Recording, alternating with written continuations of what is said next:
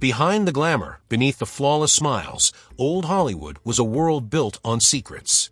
While the cameras rolled and legends were born, some of the biggest stars were hiding deformities, disabilities, and private battles that would have destroyed their careers if exposed. In this video, we're peeling back the velvet curtain to reveal the hidden pain, shocking conditions, and haunting truths that shaped 20 iconic actors and actresses of the Golden Age. From disfiguring accidents to secret mental illnesses, these are the stories the studios try to bury, but we're digging them up. Stay with us, because what you're about to learn will change the way you see Hollywood forever. Harold Lloyd, the man with the missing fingers.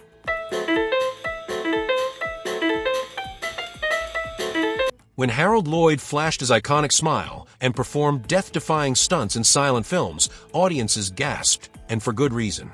But what they didn't know was that the daredevil on screen was hiding a brutal secret inside that signature white glove.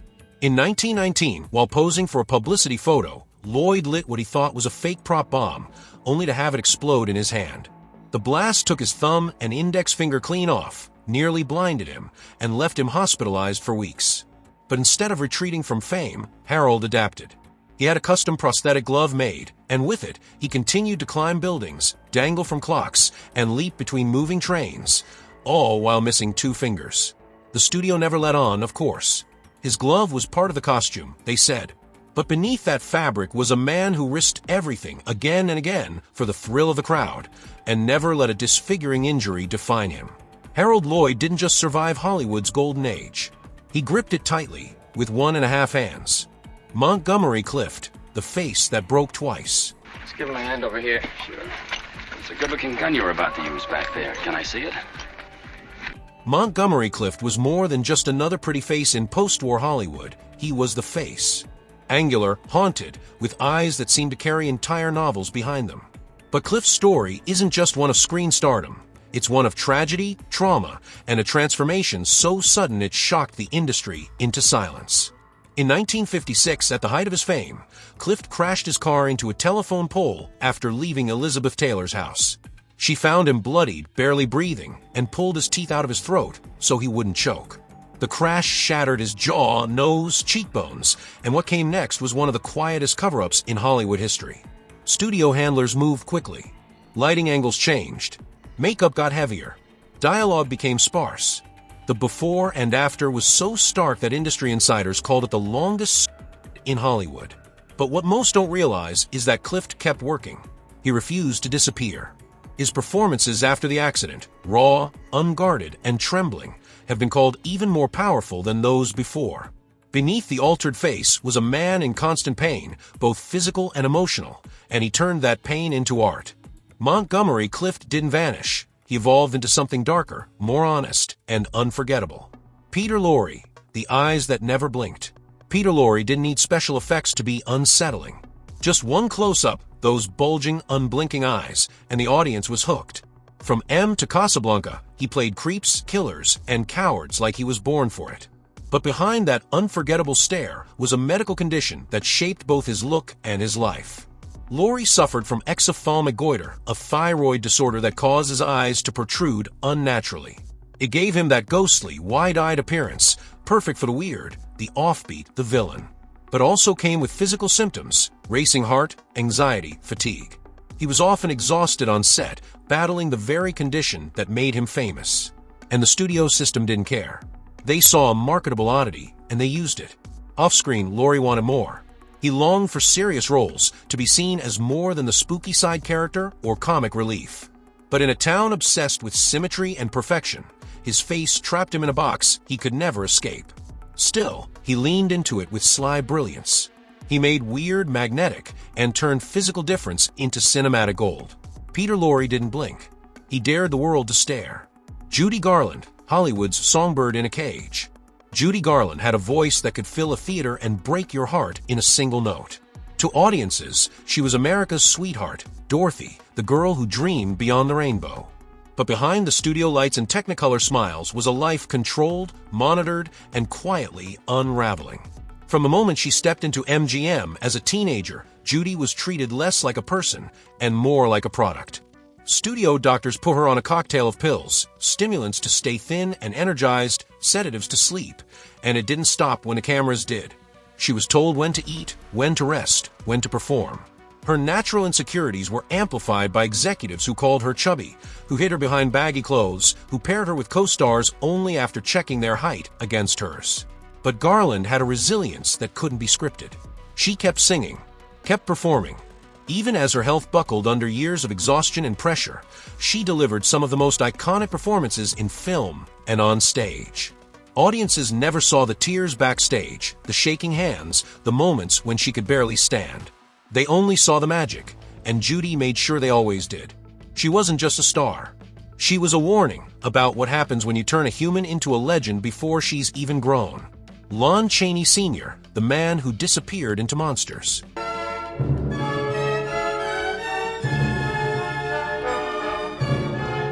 Before makeup artists had teams and prosthetics were molded in labs, there was Lon Chaney, twisting his body, binding his limbs, and reshaping his own face to become Hollywood's first true master of transformation.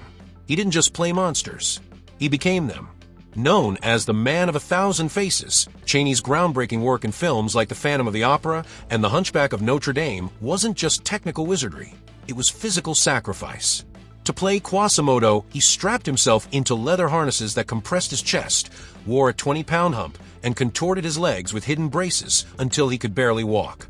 The pain was real, the injuries were real, and he never once complained. What few people knew was that Chaney lived his entire life shaped by silence. Both of his parents were deaf. He grew up fluent in sign language, learning to express emotion not with words, but with his face and body, a skill that became the foundation of his entire career in silent film. And he protected that private world fiercely. Off-screen, he avoided interviews, rarely gave public statements, and kept his family life locked away from the press. Lon Chaney didn't just play tortured souls. He understood them. Because to disappear into monsters, you have to carry a little of the darkness yourself. Veronica Lake, the star who hid behind her hair.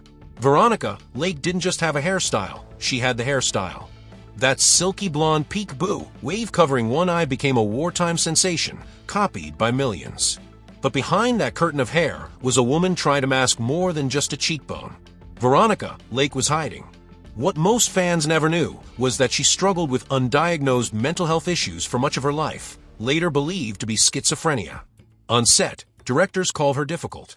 Co-stars whispered about her erratic moods, her isolation, her unpredictable behavior. But instead of help, she got rewrites and reprimands. The studio system had no room for complexity behind the camera, especially from a woman. As her fame faded, so did the protection that stardom once offered. She drank to cope, clashed with producers, and was eventually blacklisted from major roles. But the truth is, Veronica wasn't the diva they made her out to be. She was a brilliant actress navigating a condition no one understood, and a system that punished anything outside the norm. And that famous hairstyle? It was more than fashion. It was a shield, a way to hide, to soften the world, to give herself just a little space from the spotlight's glare. Veronica Lake didn't just change the look of the 1940s. She gave elegance to the act of disappearing. Ray Milland, the leading man who couldn't hear you. Ray Milland looked like the perfect 1940s leading man, suave, controlled, every line delivered with clipped British charm. He won an Oscar for The Lost Weekend, played romantic heroes, detectives, even a man with X-ray vision. But off-screen, Milland spent much of his career pretending not to miss things because he was slowly going deaf in one ear. The hearing loss began during his service as a pilot trainee in the Royal Household Cavalry, likely from prolonged exposure to aircraft engines. By the time he was in Hollywood, it had become a quiet but constant obstacle. On set, he learned to read lips, to turn his good ear toward the director, to mask any hint of confusion with that signature dry wit. And no one noticed. That's the part he was proudest of. Not the Oscar, not the box office success, but the fact that he'd tricked a whole industry built on dialogue into thinking he heard every word. It's ironic, too. For an actor so precise with language, who made a career out of clever banter and understated delivery, Milland spent most of his adult life one step removed from the very sounds that made him famous. He never made it part of his persona, never asked for sympathy. He just adjusted, quietly, professionally, and kept on talking like nothing was wrong. Because in old Hollywood, silence was often the price of survival. Barbara Stanwyck, the woman who couldn't hear the applause. Barbara Stanwyck had a voice like gravel wrapped in silk, tough, vulnerable. sharp as a switchblade. She was Hollywood's queen of the slow burn, commanding every scene, whether she played a femme fatale or a working-class survivor. But what the audiences never heard, and she rarely admitted, was that Stanwyck had trouble hearing them back. Early in her career, she suffered a head injury from a fall, one of several unreported incidents during her time doing her own stunts. It left her with partial hearing loss in one ear, something she quietly worked around for the rest of her life. Directors noticed she'd sometimes miss cues unless she was facing the actor. Crews learned to speak on her left side, but she never made it part of her public image. Stanwyck was never one to complain. She came from hardship, orphaned young, raised in poverty, hardened by vaudeville, and she carried that resilience into every role. Weakness wasn't part of her brand, and so she learned to adapt, not apologize. Even in her most glamorous films, there's always something grounded about her, something real. Maybe it's because she was always fighting a little harder than she let on. Barbara Stanwyck wasn't just acting strong women. She was one. Even when the spotlight faded and the applause turned to silence, she stood tall, hearing only what she needed to. John Barrymore, the profile that cracked. They called him the Great Profile, a face carved like marble, a voice trained for Shakespeare, and a presence that lit up both stage and screen. John Barrymore wasn't just a leading man, he was acting royalty, the crown jewel of a family dynasty.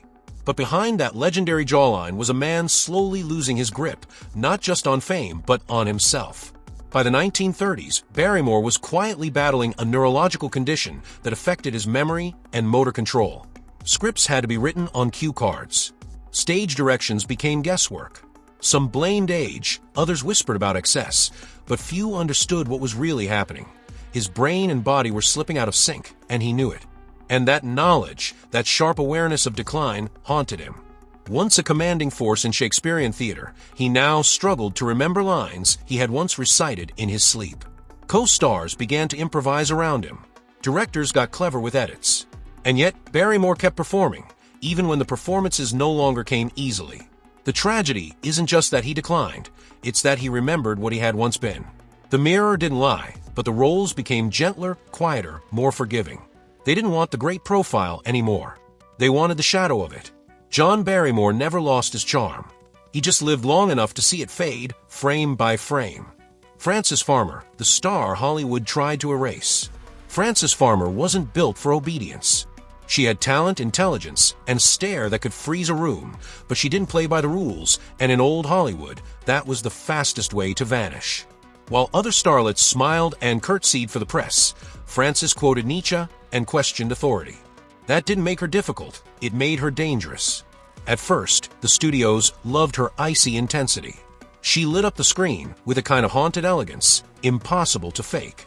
But behind that control was a woman quietly unraveling. Frances battled severe mood swings, paranoia, and long periods of isolation, likely symptoms of undiagnosed bipolar disorder. In the 1940s, without proper diagnosis or treatment, she was declared unmanageable and sent through a brutal cycle of psychiatric hospitals. What happened behind those closed doors has been debated for decades. Some stories are exaggerated, others horrifyingly real. But the outcome was clear. She disappeared from the screen for years, her career cut down in its prime. Not because she wasn't good enough, but because she refused to be silent, to obey, to shrink. When she re-emerged, it wasn't as a comeback queen. It was as a survivor. Her face older, her voice lower, her fire dimmed but never extinguished. Frances Farmer didn't get the Hollywood ending, but she exposed the truth about the price of nonconformity and left a legacy too raw to be polished. Marilyn Monroe, the body that carried too much. Marilyn Monroe was a myth in motion. The walk, the whisper, the platinum perfection that made her a global icon. But the closer you look, the more you see the weight she carried beneath the glitter. Marilyn wasn't just playing a part. She was holding together a body that constantly betrayed her, and a mind that never got to rest. Behind the sex symbol image was a woman living with endometriosis, a painful and misunderstood condition that caused her chronic abdominal pain, hormonal swings, and a long string of failed pregnancies. She filmed through cramps that left her doubled over, missed shoots when the pain became too intense, and endured scrutiny that dismissed her symptoms as diva behavior. She also lived with deep emotional turbulence. Her mood shifts were sharp, her confidence fragile, and her sense of safety almost non-existent. Hollywood handed her fame, and then chipped away at her piece by piece. She learned to pose through the pain, to flirt through the fog, to smile even when her body said no. Still, when the cameras rolled, she delivered magic. Not just beauty, vulnerability. Not just glamour, ache. You can see it in her eyes if you look long enough. Marilyn Monroe didn't just seduce the world, she endured it. And somewhere behind the perfect poses was a woman quietly screaming to be seen as something more. Cesar Romero, the Joker who refused to unmask. Before Joaquin Phoenix and Heath Ledger ever painted their faces, there was Cesar Romero, the original Joker from a 1960s Batman series. With that devilish grin and slicked-back charm, he turned camp into charisma. But behind the grease paint and suave demeanor was a man hiding something more permanent, not behind a mask but under it. Romero reportedly suffered from a chronic skin condition, possibly rosacea or early scarring, that caused uneven texture and discoloration on his face. In an era obsessed with flawless skin and matinee idol looks, this posed a real problem. But Romero, ever the professional, found a workaround. He used thick pancake makeup, even off-screen at times, and famously refused to shave his mustache for his Joker role. The studio painted right over it, a strange, bold choice that became iconic. But there was something else Romero carried, the burden of silence. In a time when studios controlled everything from your roles to your relationships, Romero kept his personal life locked down. He never married, and rumors about his sexuality swirled quietly behind closed doors. He neither confirmed nor denied. He just smiled that movie star smile and moved on. Cesar Romero wasn't just playing roles, he was navigating an industry that demanded illusion. And he did it with grace, charm, and just enough mystery to keep the cameras and questions at bay. Marlene Dietrich, the legs, the voice, the secret she carried. Marlene Dietrich didn't walk into a room, she arrived. With her smoky voice, sculpted cheekbones, and those endlessly insured legs, she turned androgyny into art and seduction into power. She bent gender roles, wore propaganda, and Hollywood itself to her will. But under the gowns and tailored suits was a body quietly working against her. It's long been whispered that Dietrich had a minor foot deformity, possibly a clubfoot or bone misalignment, something small, but in a visual industry obsessed with physical perfection, potentially career-ending. If it was true, it was never confirmed. But the signs were there. She avoided sandals, favored angled poses, and wore custom shoes with careful support. Her team staged every shot to elongate the leg, control the stance, and protect the image. And no one ever noticed. That's how good she was. Dietrich didn't just cover her vulnerability, she transformed it into mystique. She walked the fine line between masculine and feminine, truth and performance, perfection and disguise, always controlling the narrative before anyone else could. In an industry where flaws were hidden or punished, Dietrich mastered the art of weaponizing hers. She made herself untouchable not by pretending to be perfect, but by becoming a mystery no one dared to solve. Clara Bow, the girl who couldn't escape the noise. Clara Bow was the original it girl. Before Marilyn, before Madonna, she was the blueprint, wild-eyed, electric, and impossible to ignore. She lit up the silent screen with raw emotion and a kind of chaotic charm that didn't feel like acting. But what no one knew was how hard it was for her just to function when the cameras stopped rolling. Bow came from a brutal upbringing in Brooklyn. Poverty, instability, and trauma followed her into adulthood like shadows she could never shake. And underneath the glamour, she struggled with severe anxiety, breakdowns, and what we now likely recognize as PTSD.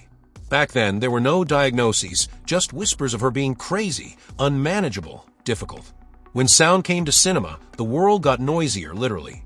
And Clara, with her thick Brooklyn accent and growing paranoia, began to retreat. She hated interviews, feared crowds. She once said she felt like a hunted animal. And she was. The press turned on her, the studios cut her loose, and her fame evaporated almost as fast as it had arrived. Clara Bow didn't fade because she lost her talent. She faded because the system never made space for a woman with demons. She gave everything to the screen, and when she needed something back, there was silence. Frederick March, the gentleman with a crooked smile. Frederick March had the kind of presence that made studios feel safe, dignified, versatile, and as comfortable in a tuxedo as he was playing Dr. Jekyll and Mr. Hyde. He won 2 Oscars and walked the line between classic Hollywood hero and complex, conflicted man. But behind that poised exterior was a lifelong reminder of fragility, left over from a childhood illness that nearly took him out before his career ever began. As a boy, March battled polio. He survived, but it left him with a slight facial asymmetry and recurring muscle weakness that lingered through adulthood. It wasn't obvious, not unless you looked closely, but shaped the way he moved, smiled, and sometimes spoke. He trained himself to hold still during close-ups, to limit unnecessary motion, and to center his face on camera. Directors noticed it. So did makeup artists. But audiences? Never. March didn't talk about it. He didn't need to. He compensated with technique, precision, and an emotional intelligence few actors of his time could match. When he played dual personalities, tortured men, or fading legends, he wasn't just acting. He was drawing from something lived in, something quietly earned. Frederick March didn't wear his scars on the outside. He folded them into his performances, proof that strength sometimes arrives with a limp and slightly crooked smile. Tallulah Bankhead, the voice that outlived the body. Tallulah Bankhead didn't enter Hollywood, she stormed in. All southern drawl, cigarette smoke, and scandal, she was a force of nature with a laugh that cracked glass and a wit sharper than any script ever handed to her. But underneath the bravado was a woman whose body was breaking down even as her legend grew. Bankhead lived with chronic respiratory illness for most of her life, made worse by years of chain smoking and a pace of living that no doctor would recommend. Her iconic raspy voice wasn't just an affectation. It was the result of damage, the lasting echo of bronchitis, pneumonia, and a body in constant rebellion. Off camera, she coughed between takes, wheezed through interviews, and often lost her voice entirely after performances. And yet, she never stopped performing. She turned that gravelly rasp into an asset, a signature, something no other actress could imitate. It wasn't glamour in the traditional sense, it was grit. While others molded themselves to the studio machine, Tallulah burned through it, all fire and no filter. She wasn't interested in being America's sweetheart. She was interested in being unforgettable, and she was. Even as her health collapsed in her later years, she remained unapologetic, unfiltered, and absolutely unmissable. Tallulah Bankhead didn't fade quietly. She flared out like a match, short, brilliant, and impossible to replicate. Thelma Todd, the smile that hid the strain. Thelma Todd was the kind of screen presence that lit up a room before she even spoke, quick with a comeback, always perfectly styled, and able to go toe-to-toe with comedy giants like the Marx Brothers and Laurel and Hardy. She was called the Ice Cream Blonde, known for her beauty, her charm, and her effortless way of blending sex appeal with sharp timing. But behind that golden-era glow was a woman carrying invisible strain, both physically and emotionally. Few knew that Todd had struggled since childhood with severe jaw alignment issues, possibly tied to a developmental condition or injury. Off camera, it caused chronic tension, migraines, and pain that worsened under studio lights and long shooting days.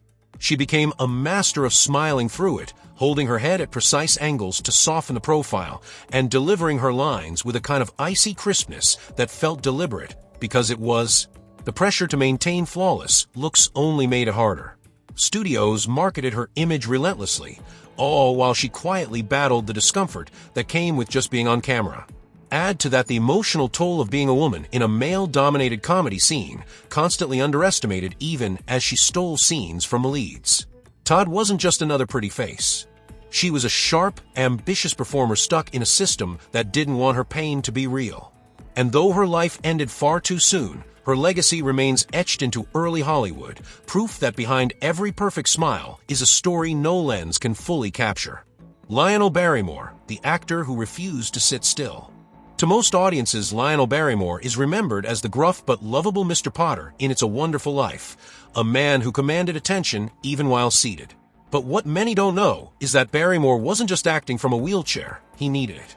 And he did everything in his power to make sure that need didn't define him. In the 1930s, Barrymore began suffering from severe arthritis and complications from a broken hip that never healed properly.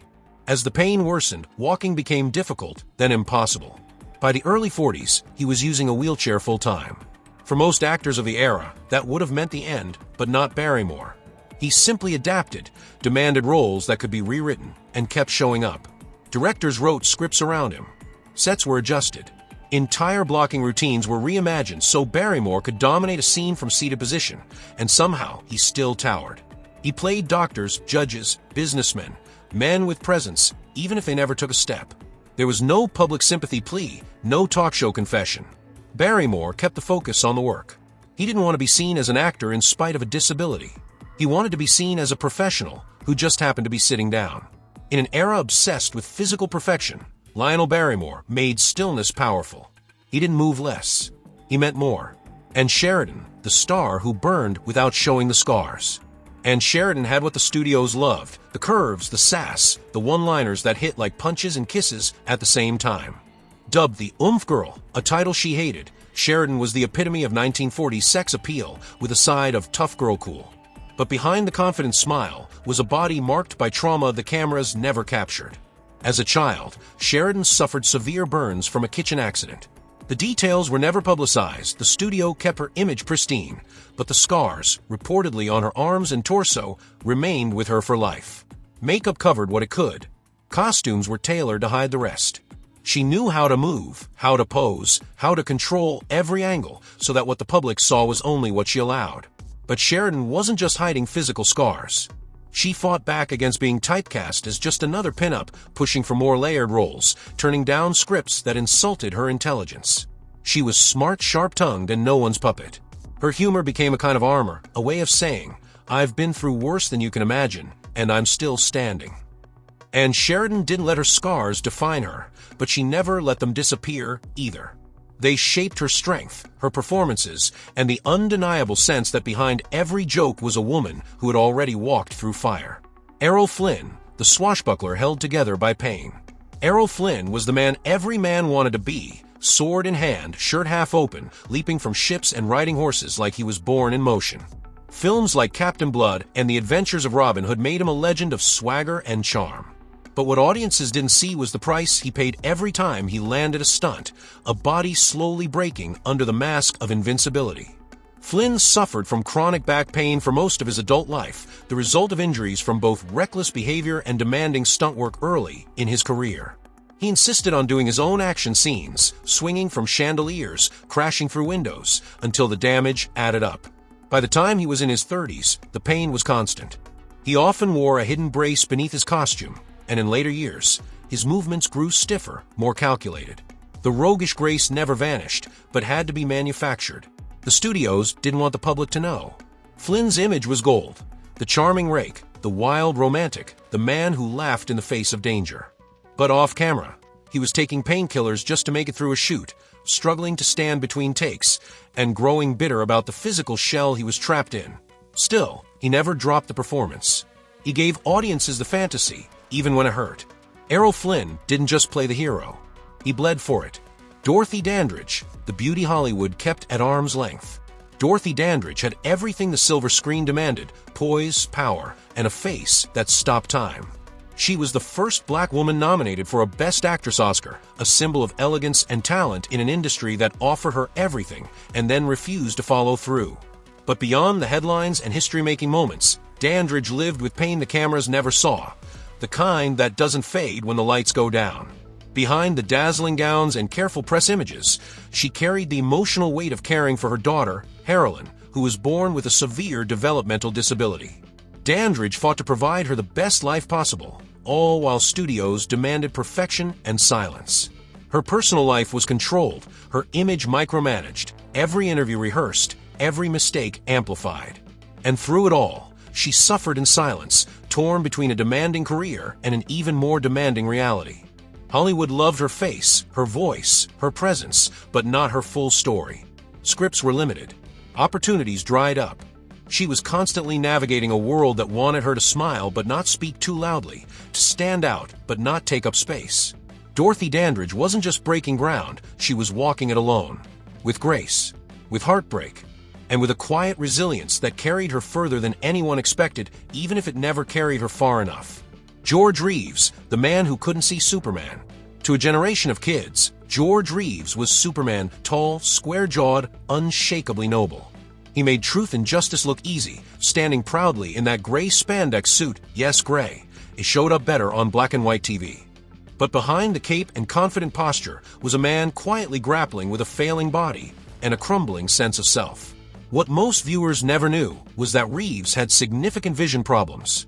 Off camera, he wore thick glasses, and on set, he often struggled to see clearly during action sequences, especially when studio lights were glaring and visibility was low. His nearsightedness made stunts tricky and added tension to already demanding shoots. There are reports of him missing marks, misjudging distances, even stumbling on set, all chalked up to fatigue or clumsiness, never the truth. But the real weight Reeves carried wasn't just physical. He felt trapped by the Superman role, celebrated by children, typecast by producers, and dismissed by a town that saw him as nothing more than a guy in tights. The show made him famous, but also put a ceiling on his career. He wanted to do Shakespeare. They handed him capes. George Reeves made the character believable, not because he was superhuman, but because he was human to the core. He didn't leap tall buildings in real life. He stared them down with blurred vision and kept walking anyway. Laird Krieger, the actor Hollywood tried to shrink. Laird Krieger had a presence that filled the frame before he even spoke. Towering, thunder-voiced, and unnervingly charismatic, he played villains with a strange kind of elegance. Men who were dangerous, yes, but also intelligent, wounded, and oddly sympathetic. But Krieger didn't want to be the heavy forever. He wanted to be a leading man. And in 1940s Hollywood, that meant one thing: get thin fast. Krieger, under intense pressure from studios and critics alike, embarked on a rapid and extreme weight loss regimen. He dropped over 100 pounds in less than a year, aided by crash diets, amphetamines, and constant stress. The transformation was dramatic. His face, once round and expressive, became sharp, almost gaunt. Fans were shocked. So were his colleagues. But behind the shrinking frame was a man whose body couldn't keep up. The toll was devastating. His organs couldn't adjust to the rapid changes. During the filming of Hangover Square, a movie meant to launch his new image, Krieger was often in pain, both physically and emotionally. He died shortly after the film wrapped, just 31 years old. His final performance, now haunting in its intensity, carries the weight of a man who quite literally gave everything for a second chance at the spotlight. Laird Krieger didn't just act tortured characters, he lived their stories. And Hollywood, obsessed with image, never paused long enough to see the tragedy it helped create. Sal Mineo, the rebel who wasn't acting. Sal Mineo was more than a sidekick and rebel without a cause. He was the emotional core, the wide-eyed misfit who made audiences ache. With a mix of innocence and edge, he became the voice of misunderstood youth in a time when Hollywood was just beginning to notice teenagers existed. But off-screen, Mineo was wrestling with a far more personal kind of rebellion, one he didn't get to write or control. Fame hit fast and hard in his teens. By 16, he was a heartthrob. By 20, an Oscar nominee. But the pressure to maintain that boyish charm while hiding his true identity and navigating a culture that refused to accept it took a toll. Mineo struggled with chronic anxiety, bouts of insomnia, and a creeping fear that he would be cast aside the moment he aged out of the troubled kid mold. And that fear wasn't unfounded. As he entered adulthood, the roles dried up. He tried to reinvent himself, behind the camera, on stage, in grittier material, but Hollywood wasn't ready to let him grow up, let alone be honest about who he was. His career stalled not because he lacked talent, but because the industry didn't know what to do with complexity wrapped in a pretty face. Sal Mineo carried the weight of invisibility in plain sight, famous, yet fading. He wasn't rebelling for show. He was fighting to exist in a world that only wanted part of him. Rita Hayworth, the goddess who forgot her lines. Rita Hayworth was the face that launched 1,000 fantasies, sultry, smoldering, and untouchable. Her role in Gilda cemented her as Hollywood's ultimate bombshell, the kind of woman whose mere glance could stop a man cold. But as the lights faded and the decades passed, something far more tragic was happening behind the scenes, and no one noticed until it was too late. In her later years, Rita began forgetting things. Not just lines, names, places, entire conversations. At first, people blamed the usual suspects: age, stress, maybe a few too many drinks. But what was really happening was far more cruel. Rita Hayworth was suffering from early-onset Alzheimer's disease, long before it was widely understood. The confusion, the emotional outbursts, the lapses in memory, they weren't drama. They were symptoms. For years, the press wrote her off as difficult, moody, a faded star. No one thought to ask why. She was judged, dismissed, pitted, all while fighting a disease she didn't even know she had. And she fought quietly. There were no public announcements, no interviews about her condition. Just fewer roles. More silence. She once said, "Men go to bed with Gilda, but they wake up with me." It was meant to expose the illusion of fame, but in the end, it also spoke to the way the world forgot Rita Hayworth, even as she was forgetting herself. Bela Lugosi, the Dracula who couldn't escape the role. Bela Lugosi didn't just play Dracula, he became him. That accent, the icy stare, the slow, deliberate movements, he turned Bram Stoker's monster into a Hollywood icon. But long after the credits rolled, the cape stayed on. Lugosi couldn't escape the shadow he helped create, and behind that shadow, he was quietly falling apart. What audiences didn't see was the toll his career and body took behind the scenes. Lugosi lived with chronic pain for much of his life, stemming from old injuries and sciatica that worsened over time. To cope, he turned to strong prescription medication, a common solution in an era when doctors handed out pills like candy. Over time, dependency crept in, disguised as discipline. By the 1940s, he was battling physical pain, mental strain, and a studio system that had long moved on. The roles dried up. The budgets got smaller. He went from starring in Universal horror classics to bottom-of-the-barrel B-movies, and still, he never phoned it in. Lugosi brought dignity to even the cheapest scripts, playing every scene like it mattered. Because to him, it did. Acting wasn't just work, it was survival. In his later years, he did something few stars of his era had the courage to do. He admitted he was struggling. He sought help. And though the tabloids turned it into scandal, that honesty remains one of his most human legacies. Bela Lugosi wasn't a vampire. He was a working actor, in pain, in costume, still trying to matter. Jean Harlow, the platinum doll with a failing body. Jean Harlow was Hollywood's original blonde bombshell. Not natural blonde, of course, but platinum, bleached to near white with a cocktail of ammonia and peroxide that would make a chemist wince. She was the kind of star who didn't just glow on screen, she sparked. Sexy, funny, and sharp, Harlow had a presence that made the camera fall in love instantly. But beneath that shimmering image was a body quietly shutting down, far younger than anyone realized. Throughout her short life, Harlow suffered from recurring health issues, fatigue, nausea, headaches, often dismissed as stress or exhaustion. But the truth was more serious. Her kidneys were failing. At just 26, during the filming of Saratoga, she collapsed on set. Days later, she was gone.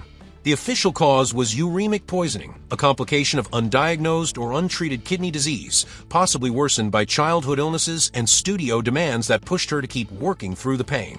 In the 1930s, no one talked about chronic illness, especially not in relation to a sex symbol.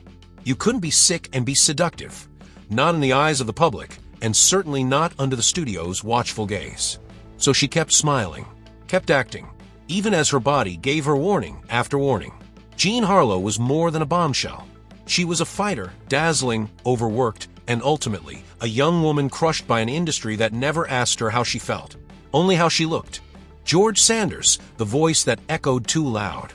George Sanders had a voice like velvet soaked in venom, calm, cool, and cruel in all the right ways. Whether playing a scoundrel, a cad, or a world-weary genius, he made cynicism sound elegant. In All About Eve and Rebecca, he didn't just act. He glided through roles, always 2 steps ahead of the script. But behind that effortless charm was a man slowly losing control of his own mind. In his later years, Sanders began to show signs of a cognitive decline. Subtle at first, forgotten lines, confused interviews, missed cues. It was easy to write off his age or even boredom. After all, he often claimed to be bored with life.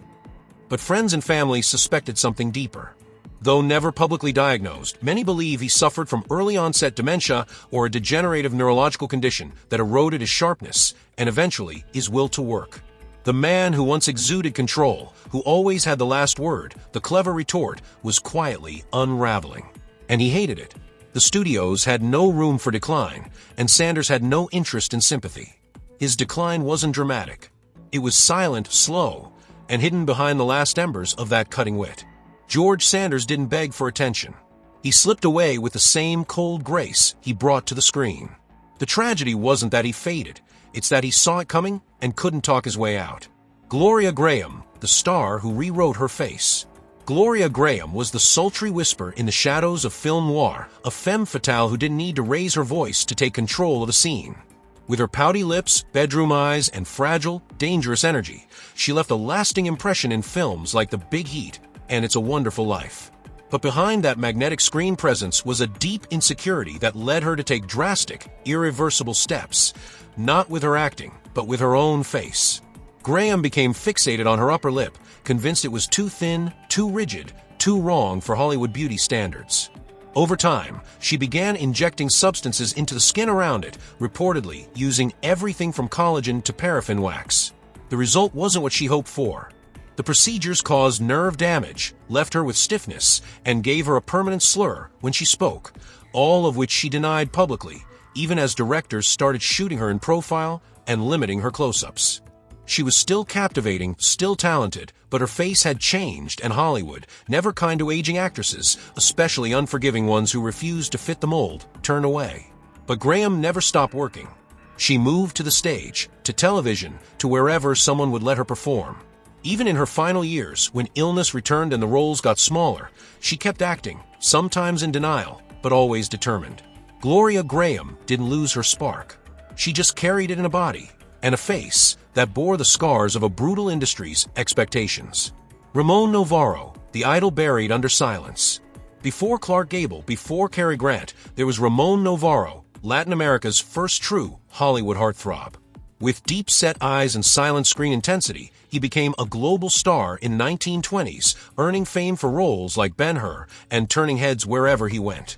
But as the industry transitioned to sound and the moral policing of the Hays Code era began, Novarro found himself trapped, not by talent, but by identity. Privately, Novarro was a gay man in a town that demanded absolute secrecy.